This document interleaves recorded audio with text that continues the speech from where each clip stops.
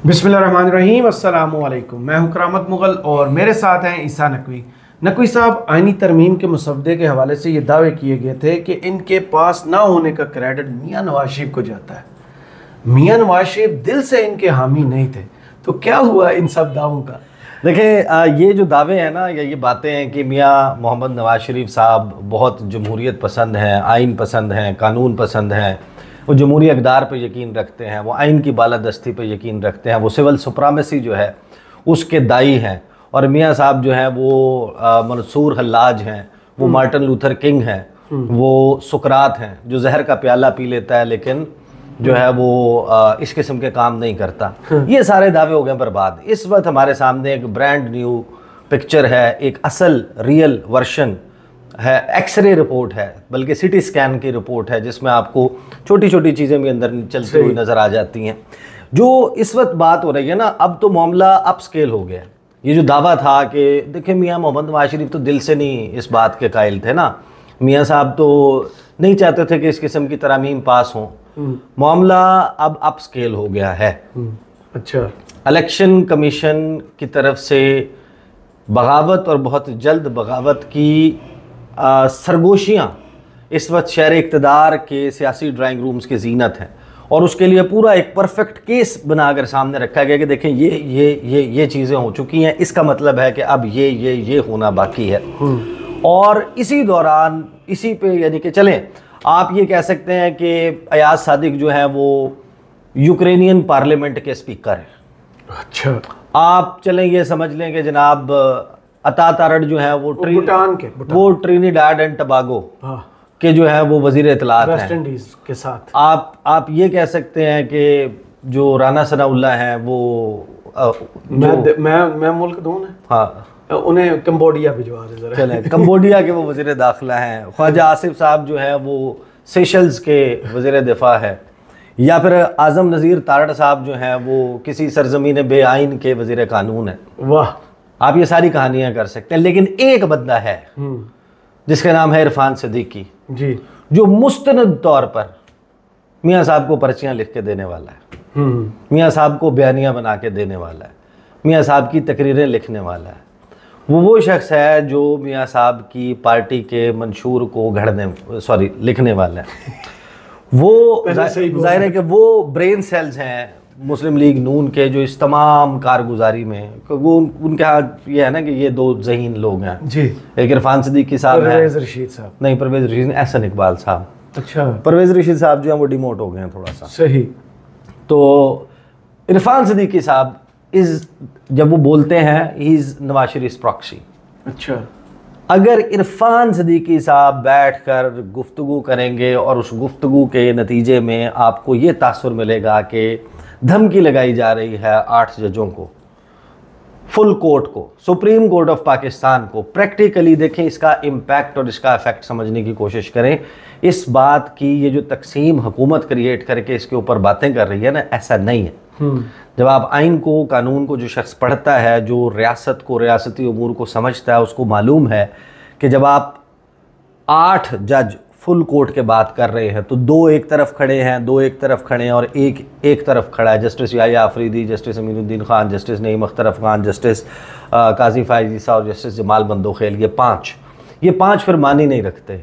Supreme court का फैसला वो है, और सुप्रीम कोर्ट का फुल कोर्ट जी बेंच, उसका फैसला है जो 8 जजों का फैसला है। तो उन जजेस को जब अटैक किया जाता है, that means they are attacking the supreme court of Pakistan और मुस्तकबिल के 4 चीफ जस्टिस। और उसी गुफ्तगू में आपको you can smell, you can sense कि इलेक्शन कमीशन ऑफ पाकिस्तान जो कि 8 बेनतीजा इजलास कर चुका है, वो मुमकिन तौर पर कोई बगावत कर सकता है। वो क्या हो सकती है, वो सारे को देख लेते हैं। मैं ज़रा आपके सामने पहले रख दूं कि इरफान सिद्दीकी साहब जो हैं उन्होंने फरमाया क्या, और इरफान सिद्दीकी साहब की जो प्रेस कॉन्फ्रेंस है उसमें जो उनकी गुफ्तगू है, उसमें जो उनका लहजा है या उनका जो मतमय नज़र है, जो वो कहना चाहते हैं या उसके ज़रिए कन्वे करना चाहते हैं, वो मैं ज़रा आपको बता दूं। एक चीज़ मैंने जो है वो नोट्स में लिख कर रखी थी, I try to find in between कि वो भी मेरे सामने आ जाए।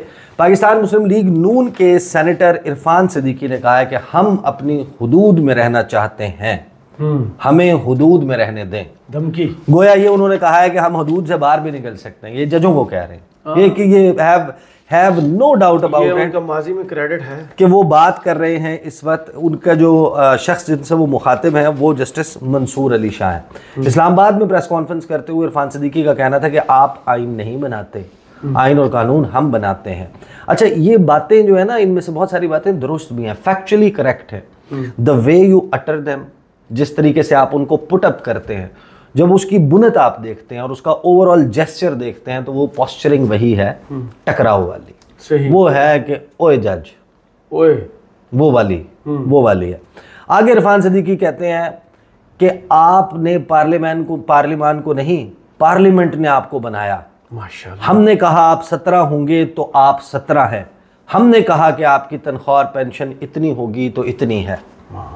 यानी आपने उनकी नंबर को भी ताना दे दिया, आपने उनके वजूद को, तनख्वाह को भी ताना दे दिया, आपने उनकी मराद को भी ताना दे दिया। ये आप अटैक देखेंगे किस तरफ हो रहा है। फिर उनका कह रहा था कि आइन कहता है कि मजलिस शूरा की अथॉरिटी की कोई हद ही नहीं। जब आइन कहता है कि कोई तरमीम चैलेंज नहीं हो सकती तो फिर कैसे होती है। हालांकि इस हवाले से जो ज्यूरिस्ट हैं पाकिस्तान के हवाले से, मैं रीमा उमर साहिबा को सुन रहा था, आप उनकी गुफ्तगू सुने तो आपको अंदाज़ा हो जाता है कि वो क्या कह रही हैं और ये किस तरीके से ये बात सारी गलत है। फिर आगे आ जाएं, वो मुझे वो पॉइंट्स भी मिल गए जो इन्होंने बोले थे, जो यहाँ पर इस खबर में मौजूद नहीं है। फिर उन्होंने कहा कि मखसूस नशस्तों से मुतल्लिक फ़ैसले में अनहोनी चीज़ें हुई, कई सवाल पैदा हो गए। आए दिन कानून ये कहकर ख़त्म कर दिया जाता है कि ये आइन से मुतसादिम है। हम गलती करते हैं तो अदलिया इस्लाह कर देती है, अदलिया आइन से मुतसादिम फ़ैसला करे तो कौन ठीक करेगा। इरफान सिद्दीकी साहब को क्या ये नहीं मालूम कि वो भी अदलिया नहीं ठीक करना है, उसके लिए एजिटेट करने का फोरम भी अदलिया है। बिल्कुल। और जिस तरीके से इरफान सिद्दीकी साहब ने, यानी कि someone like you tend to lose respect when you do it, कि आप जानते बूझते हुए, जो उनकी गुफ्तगू है उससे लगता है कि उन्होंने या तो फैसला पढ़ा नहीं है, लेकिन ये मैं मानने के लिए तैयार नहीं हूँ कि वो पढ़े बगैर फैसले को जो है ना वो ये कर सकते हैं। फिर उनका कहना था कि मखसूस नशस्तों से मुतल्लिक अनहोनी चीज़ें हुई, कई सवाल पैदा हो गए, आइन कौन ठीक करेगा। फिर उन्होंने कहा कि जब आइन और कानून 3 दिन का कहता है तो आप 15 दिन कहाँ से ले आए। वाह। अब इरफान सिद्दीकी साहब ये जो 15 दिन है ज्वाइन करने के, इसको शॉर्ट ऑर्डर में भी एक्सप्लेन किया गया है कि क्या है, करना क्या है। और जो तफसीली ऑर्डर है, डिटेल्ड जजमेंट है, उसमें भी मौजूद है, इंग्लिश में था। फिर कहते हैं कि ये इख्तियार कहाँ से है, अगर आपने ये इख्तियार ले लिया है तो गलत है। आइन ये कहता है कि जीतने वाला उम्मीदवार 3 दिन में कोई पार्टी ज्वाइन करे। मुअज़्ज़िज़ जजेस भी इंसान हैं, उनसे भी गलती हो सकती है। आप आइन की पासदारी ना करें तो हम कहाँ जाएं। पार्लियामेंटेरियन से भी हो सकता है। साथ ही उन्होंने कहा कि हमारी पीठ पर चाबुक ना मारें कि ये फैसला तस्लीम करो। पार्लियामेंट की अथॉरिटी को अदलिया की आज़ादी की भेंट नहीं चढ़ने देंगे।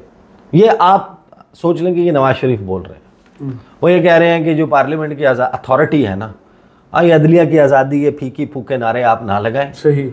हम अपनी अथॉरिटी को आपकी आज़ादी की राह में कुर्बान नहीं कर सकते, हम अपनी अथॉरिटी एक्सरसाइज करेंगे। फिर वो आगे कहते हैं कि हमें ऐसी खाई की तरफ ना धकेलें, यानी इसमें भी आपको पता है कि मज़ाहमत का वो मौजूद है। जज भी पार्लियामेंटेरियंस की तरह इंसान है, पैगंबर तो नहीं है। नज़रिया सहूलत ईजाद हुआ है। फिर लफाजी, आपको पता है कि वो कॉलम शॉलम लिखते रहे हैं तो लफाजी वगैरह भी की है। तो जो ये दावा था ना, पहली बात तो ये जो मैं बगावत की तरफ या उस नुक्ते की तरफ भी आता हूँ, ये जो दावा था ना कि मियाँ मोहम्मद नवाज शरीफ असूली जमहूरी आइनी कानूनी, मियाँ साहब कोर्ट्स को रिस्पेक्ट करते हैं।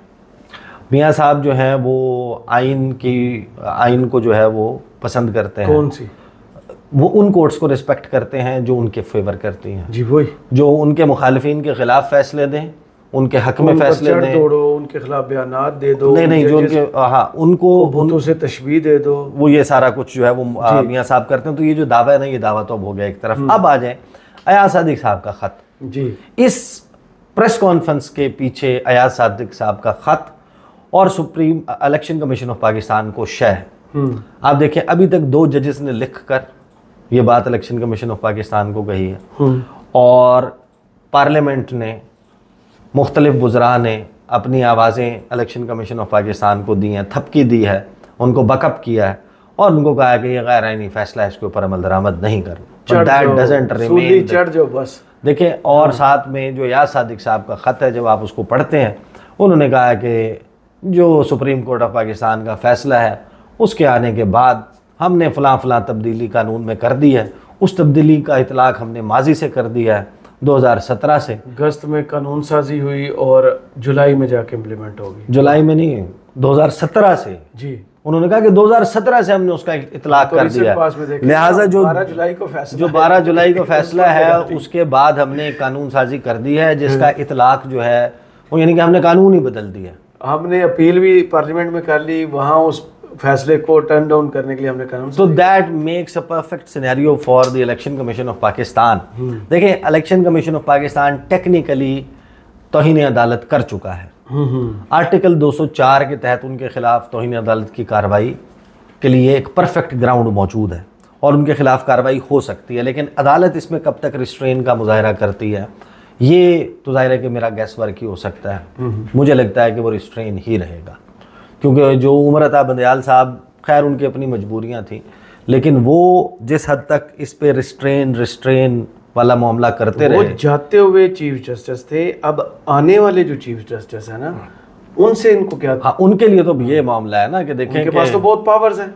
नहीं कि या मैं टूथलेस हो जाऊंगा। हाँ। इलेक्शन कमीशन को लगता है कि हम फिर और इलेक्शन कमीशन की पुष्ट पे खड़े हुए सारे टूथलेस हो जाएंगे अगर। लेकिन आप देखें ना कि वो चीफ जस्टिस ऑफ पाकिस्तान है मुस्तकबिल के फिल वक्त, तो वो कैसे ये बर्दाश्त कर सकते हैं कि उनकी चीफ जस्टिस बनने की जो रूनुमाई है वो इस तरीके से होगी कि ऐसा चीफ जस्टिस है जिसके फुल कोर्ट के फैसले के ऊपर अमल दरामद नहीं करता इलेक्शन कमीशन ऑफ पाकिस्तान। तकरीर 8 इजलास जो है वो इलेक्शन कमीशन कर चुका है, और उन इजलासों का कतअन मकसद ये नहीं है कि सुप्रीम कोर्ट ऑफ पाकिस्तान के फैसले को इज्जत देनी और इस फैसले के ऊपर अमल दरामद करना है। उन 8 इजलासों का जो टोटल हासिल करने की कोशिश की गई है उसमें वो ये कोशिश की गई है कि हम इस फैसले पर किस तरीके से अमल दरामद ना करें। तो इलेक्शन कमीशन अब वो वक्त आ गया है कि किसी भी वक्त इस किस्म का कोई ऐलान कर देगा, और वो ऐलान ऐसे नहीं होगा कि वो प्रेस कॉन्फ्रेंस करेंगे और कहेंगे कि हम सुप्रीम कोर्ट ऑफ पाकिस्तान के फैसले को फ़लाँ वजूहात से नहीं तस्लीम करते। ये मुमकिन है कि वो कुछ जो सीटों की अलॉटमेंट वाला लेटर है उसको मुकद्दम समझते हुए वो ये कर ही गुजरें। कम से कम जो प्रेस कॉन्फ्रेंस मियां मोहम्मद नवाज शरीफ के बिहाफ पे इरफान सिद्दीकी ने की और जो बाकी लोग अब बातें कर रहे हैं, लेकिन ये तकरीबन उस वक्त मुतवक्के है जब शहबाज शरीफ जो हैं वो अमेरिका का दौरा मुकम्मल करके जो अपना जनरल असम्बली इजलास है उसके बाद 29 तारीख को वापस पहुंच जाएंगे। उसके बाद इसके ऊपर कोई हतमी मामला मुतवक्के है। सही, बहुत शुक्रिया ईसा नकवी आपके तजिए का। कमेंट्स बॉक्स में ज़रूर बताइएगा ये वीडियो आपको कैसी लगी। इजाज़त दीजिए, अल्लाह हाफ़िज़।